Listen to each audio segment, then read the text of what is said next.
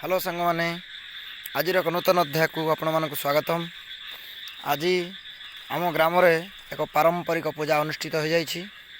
जो पूजा प्रत्येक गाँ गहली रे होता है, जोटा कि आम चाष जमी करि से कादबली नाम समस्ते जानती। से पूजा आम कर एक लक्ष्य जे चाष आमर केमिति भल भाव हुए, आ वर्षा ठीक भाव आमको इंद्रदेव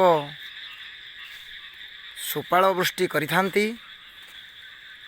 आउ चाषरे सबु प्रकार चाषी माने जेमिति क्षति न सहंती सेतिपई भगवान को समस्ते मनसी थांती। ए पूजारे ग्रामर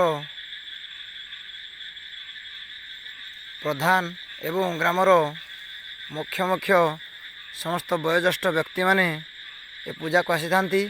मुख्यतः विवाहित होइथिबा दरकार। धन्यवाद।